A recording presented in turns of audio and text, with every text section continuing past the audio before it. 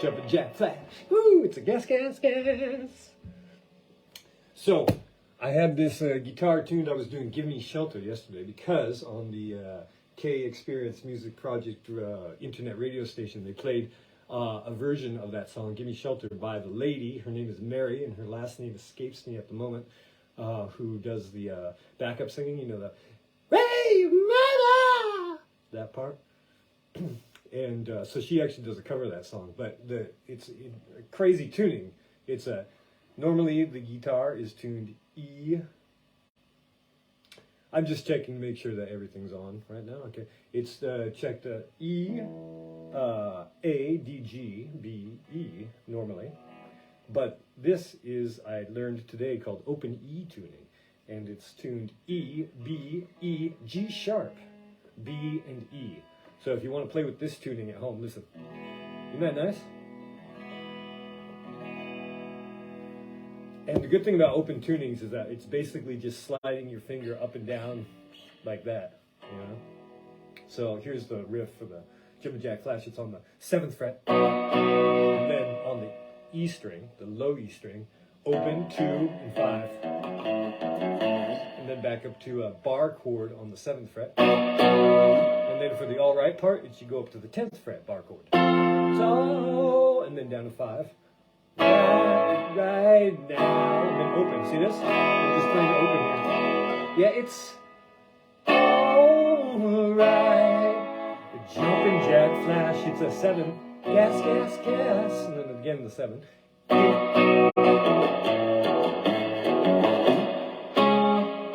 Ooh, sorry about that. Anyhow, hope you all enjoyed that open E tuning. E, B, E, G sharp, B, E. Don't forget the G sharp, or A flat if you prefer. So, what's going on? Oh, art update? Okay, I'll tell you. Now, this is not technically a fail, definitely a setback. So, I got this little one here. This is called Rue Hummel. And the idea here is that I am creating a collage with different colored papers because in the photo reference, the wall of the building is the lowest part is a sort of a dark taupe color, and the middle part is this typical Parisian cream, and then the top is really whitewashed. And so I'm using different colored papers to create those colors instead of using something like, acrylic paint or ink. So here I'm letting the paper do the work, but unfortunately, when I was taking to sanding the surface to get this nice, strange palimpsest result, you see that? Nicely overlaid like that. People enjoy that, as I do myself. Almost all of the paper came off on here, and I'm not sure if it's because that the paper itself, the blueprint or dazzle-type paper, as I like to say, is not absorbent enough, or perhaps the glue I was using at that time was too diluted. It could have been that, so I'm going to experiment. I'm going to go over it again one more time. So that means I'm going to have to neglect this bottom part because this part already has 3 layers of paper on it, and now this is down to the canvas in some parts. You see that? You can actually see the canvas in some parts, and so I'm going to neglect that. I'm going to tape this off and put 2 more layers of white-ish paper. There's this Jacques Derrida book and some really white, pristine blueprint dazzle type paper that I'm going to put on there, so that's cool. So, it's a learning process. Failure is learning, right? Okay, keep telling that to yourself. And then here's the other one, and this is going well. This is going to be called Toiter. No, I don't even know, but Rue de Cascade, Calcutta. Rue de Cascade. Okay, so this one's going well. Now, I have to leave early today, and I got up here late, and I had some clerical duties to perform, so I wasn't able to sand the entirety of this. But what I did do is go and get all of the edges done. You can see here. Now, this part of the canvas is the critical part when you're using sandpaper, because right here, the frame beneath, it's bolted to the board now, so you can't really tell. But, and listen to this. One of the canvas keys came out. It's sort of like getting your pick stuck in the body of your acoustic guitar, but we'll fix that later.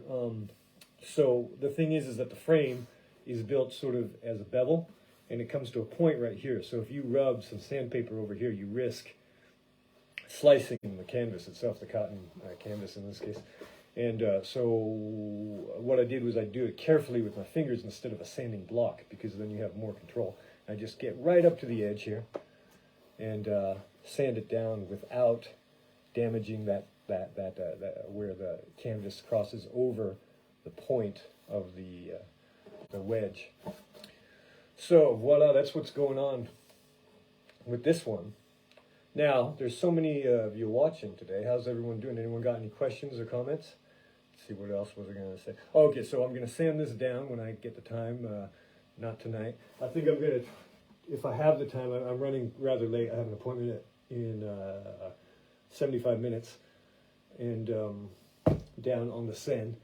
And I was hoping to get the white, at least one layer of white on there, but I just think I'm not going to be able to have the time to do it today. So hopefully tomorrow, by this time, I will have at least 2 layers, and maybe even, or 1 layer and at least sanded, and we'll see if we can get the paper to stick better this time. And for this one, I was going to mention that, the next layer is going to be musical staff. It's going to be partitions. It's going to be musical notes and so forth. So looking forward to seeing how that turns out. I found a music book, an old one, and it's going to be sacrificed for art, So that's what's going on. So many of you watching, anyone got any questions or comments? If not, well, actually, at this time, we got a few minutes left.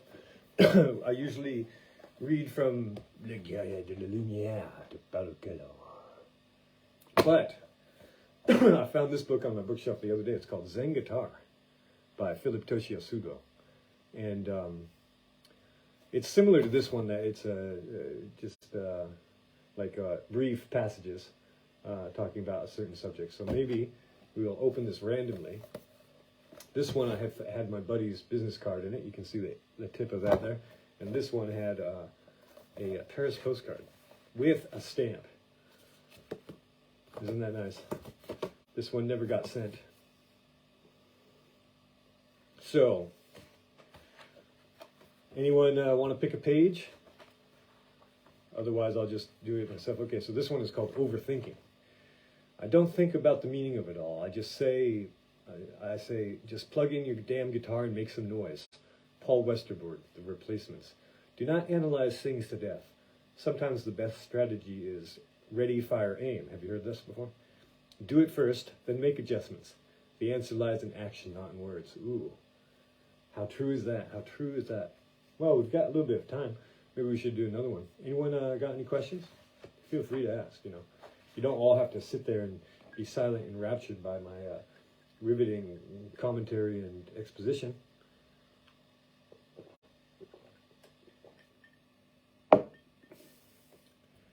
Taste.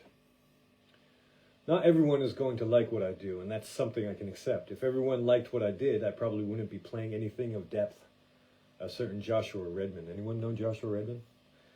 No matter how well you play, no matter how large your spirit, no matter how much your sound speaks the truth, some people simply will not be moved. Your music will not appeal to their taste. All of us in this would have our individual taste. That's what gives life its spice. Some people like the food salty, others like it peppery, others like it sweet, others like it sour. This goes for music as well. Harmonies that sound angelic to one person may sound too saccharine to another. Chord changes that sound profound to someone sitting in row 8 may be too arty or to a listener in row 9. Some players make commercial calculations and compromise their taste in an effort to appeal to a wider audience. Danger, danger, danger, yet they still run the risk of rejection. If it winds up... Oh, Lady Gaga was in town last night. A lot of my social media friends had attended this concert. Good times. Looked fabulous. chord change. Some players may yet if it winds up that the player and listener don't like the music, what is the point of playing? Do not mistake me. I believe in such a good thing as taste and poor taste. A guitar player must such a thing as good taste and as poor taste. A guitar player must have aesthetic principles, but my judgments will not be the same as yours. On the path of Zen guitar, develop your sense of taste as you would your sense of hearing. Learn from those players whose taste you like. Then trust. There was a famous guitar player for another time. Then trust your taste like the cook who knows how hot he likes his chili. If rejection follows, so be it. At least you have set aside yourself. Remember, too, that taste can change. Some music we learn to appreciate with study. Some music grows on us with the passage of time, true.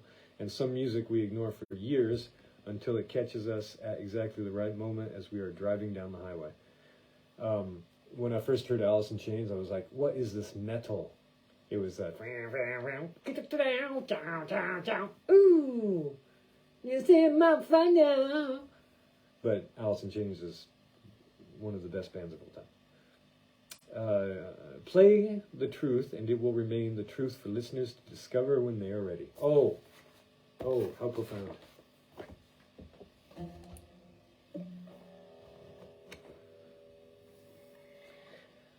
I was drowned, I was washed up there for dead. And I see my blood, but it's all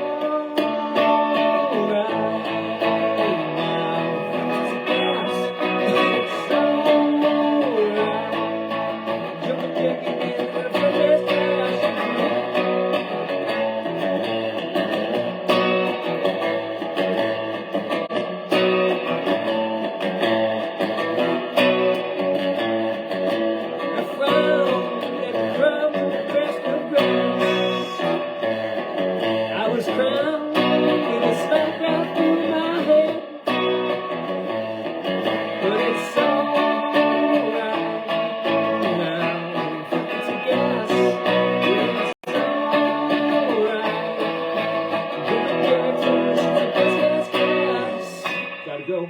Ciao.